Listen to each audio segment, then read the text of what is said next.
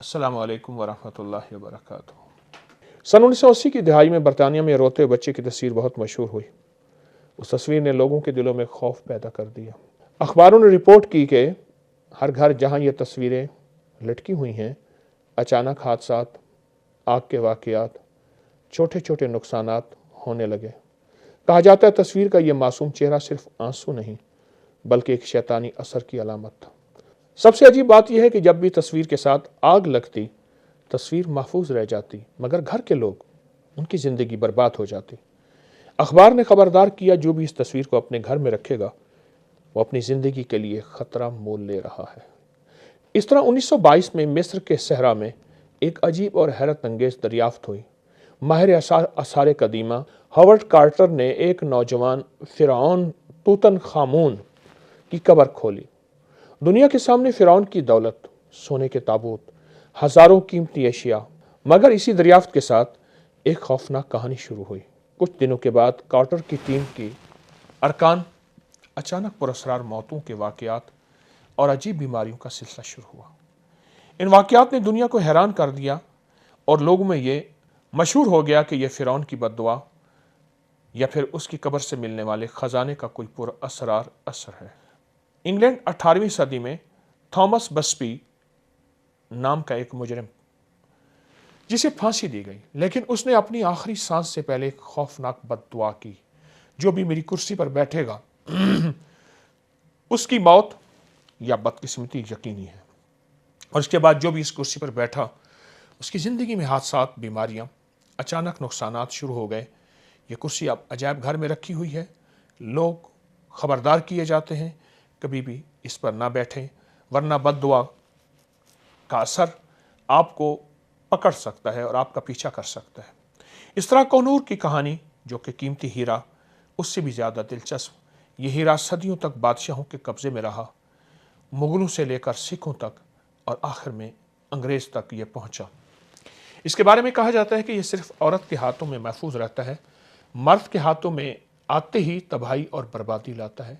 تاریخ میں یہ بات موجود ہے، جو بھی مرد اس کا مالک بنا یا تو جنگ میں مبتلا ہوا یا اسے جلا وطنی کا سامنا کرنا پڑا۔ یہ واقعات میں نے آپ کو سنائے۔ آپ نے دیکھا کہ کیسے ان چیزوں نے لوگوں کی زندگیوں پر اپنا اثر ڈالا اور آخرکار ان کی موت کا سبب بنے۔ اس کی کیا وجہ ہے؟ آئیں اس راز کو جانتے ہیں۔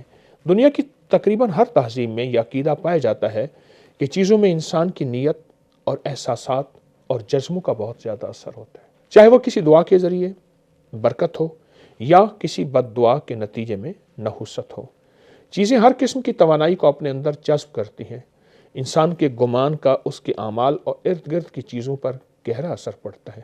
انسان کے گمان کا اس کی زندگی پر کیا اثر ہوتا ہے، اس بارے میں قرآن و حدیث میں کیا فرمایا جاتا ہے؟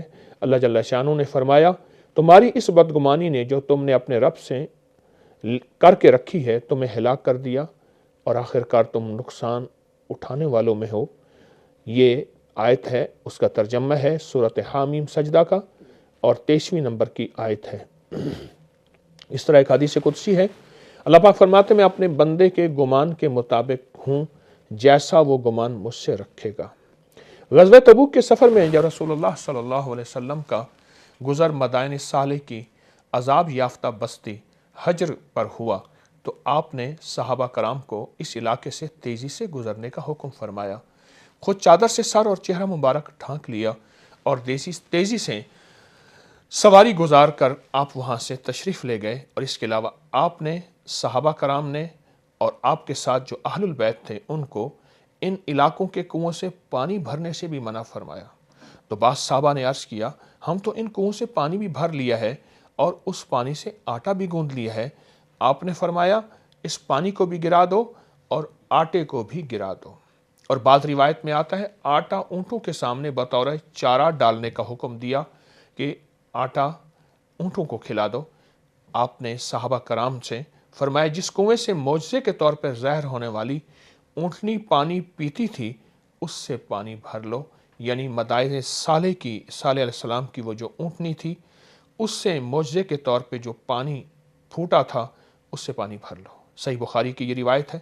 یعنی اس بستی میں جہاں عذاب نازل ہوا تھا वहाँ उन लोगों के गुनाहों के मनफी असरात मुंतकिल हो गए थे और आप सल्लल्लाहु अलैहि वसल्लम ने इतनी एहतियात फरमाई कि वहाँ से तेज़ी से गुजरने का हुक्म दिया, वहाँ से पानी भरने से भी मना फरमाया। इस तरह जहाँ कोई नेक वाक़या हो, कोई नेक हस्ती रहती हो, आमाल, ज़िक्र और इबादत होता हो, वहाँ पर उनके नेक असरात भी पड़ते हैं और सदियों तक बाकी रहते हैं।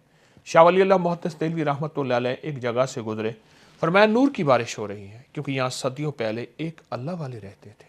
अंबिया औलिया के तबरुकात में बरकत क्यों होती है कि उनके नूर, आमाल, बरकत, इबादत, ज़िक्र और उनकी कैफियत का असर उनकी इस्तेमाल की हुई चीज़ों में मुंतकिल हो जाता है।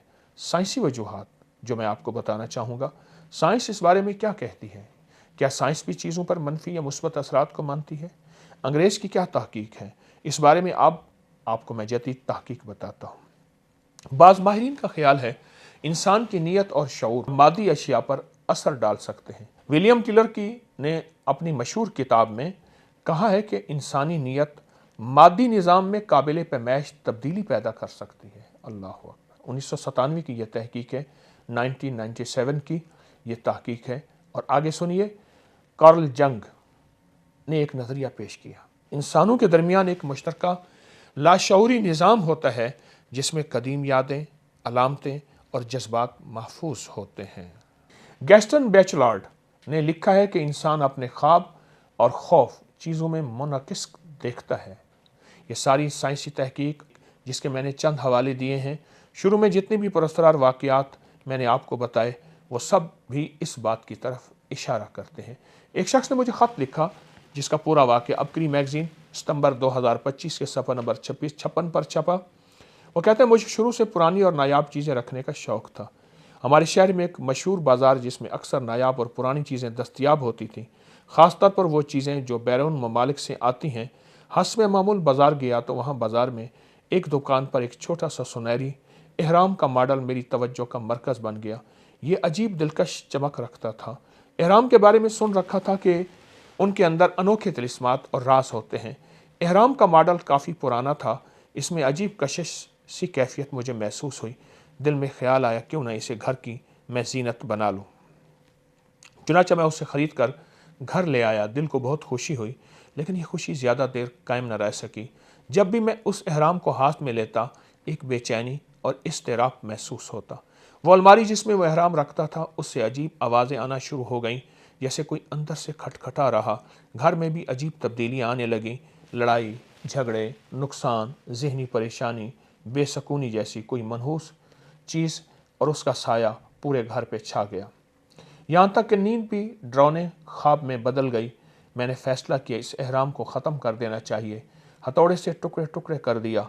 इन टुकड़ों को मैंने शापर में डालकर शहर के दूर मुख्तलिफ जगहों पर फेंक आया। आप अपनी ज़िंदगी गौर से मुशाहिदा करें, कहीं आपकी ज़िंदगी में तो कोई ऐसी चीज़ें मौजूद नहीं जो पल पल आपको नुकसान पहुँचा रही हैं।